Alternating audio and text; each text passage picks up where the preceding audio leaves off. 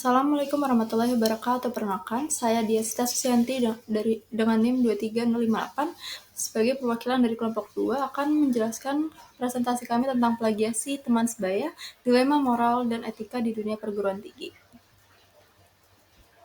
Berikut anggota kelompok dari kelompok 2. Nah, latar belakangnya adalah plagiasi adalah pelanggaran akademik yang sangat signifikan di perguruan tinggi, merugikan individu dan mencemari integritas akademik. Tindakan ini melibatkan penyalinan karya tanpa atribusi yang layak, dipicu oleh tekanan akademik, ketidaktahuan, dan kemajuan teknologi yang memudahkan akses informasi, serta layanan penulisan berbayar. Kemudian manfaat dari penelitian ini adalah yang pertama, manfaat bagi institusi pendidikan, peningkatan integritas akademik. Kemudian ada strategi pencegahan, yaitu institusi dapat mengimplementasikan strategi yang lebih efektif dalam mencegah plagiasi. Kemudian manfaatnya bagi mahasiswa adalah kesadaran etika dan moral. Penelitian ini akan menekankan pentingnya etika dan moral akademik. Kemudian ada panduan praktis. Mahasiswa akan mendapatkan panduan yang jelas mengenai cara menghindari plagiasi, termasuk penggunaan alat pendeteksi plagiasi dan teknik pengutipan yang benar. Kemudian kita masuk ke definisi dari plagiarisme. Plagiarisme adalah tindakan mengambil karya orang lain dan mengklaim sebagai milik sendiri.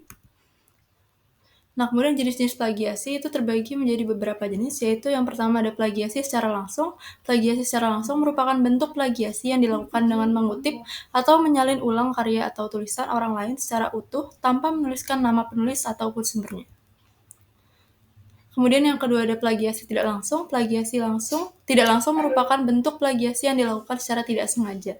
Nah, kemudian yang ketiga ada plagiasi mozaik. Plagiasi mozaik merupakan bentuk plagiasi yang terjadi jika orang tersebut dengan benar mengutip karya tersebut tetapi mengganti beberapa kalimatnya dengan kata-katanya sendiri.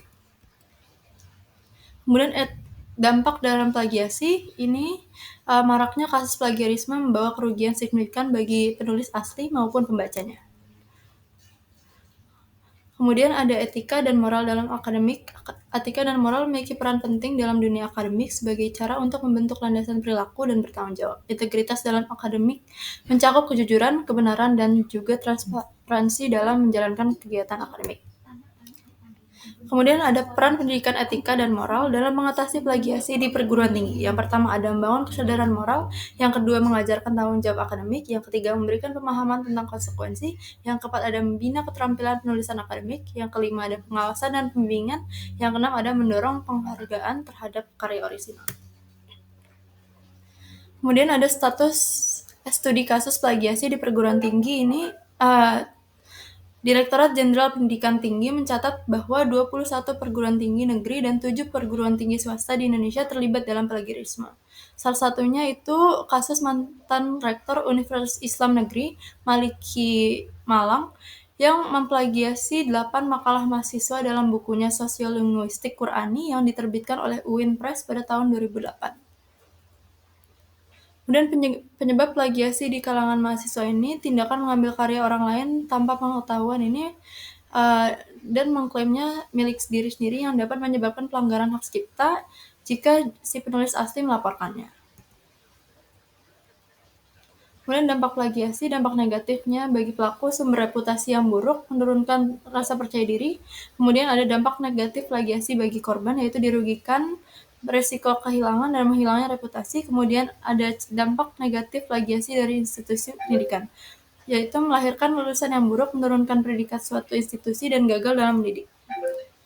Peran pendidikan, etika, dan moral dalam mencegah plagiasi. Pendidikan etika dan moral membantu untuk membentuk karakter dari seseorang agar dapat menjadikan seorang mahasiswa yang memiliki perilaku etis dan tidak melakukan plagiasi.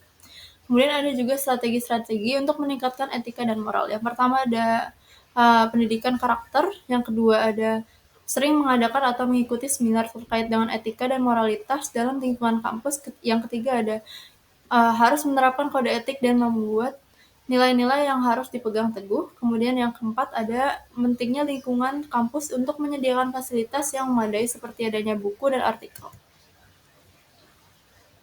Kemudian yang kelima ada kampus mengadakan program pengembangan diri untuk mahasiswa pada aspek-aspek etika. Kemudian yang keenam ada Pentingnya lingkungan kampus dalam mengadakan program monitoring atau pembinaan yang melibatkan dosen atau staf fakultas. Kemudian desain penelitian ini merupakan suatu kerangka yang dirancang dengan teliti agar kemungkinan peneliti untuk mendapatkan jawaban atas pertanyaan yang diajukan. Desain penelitian ini merupakan metode penelitian deskriptif.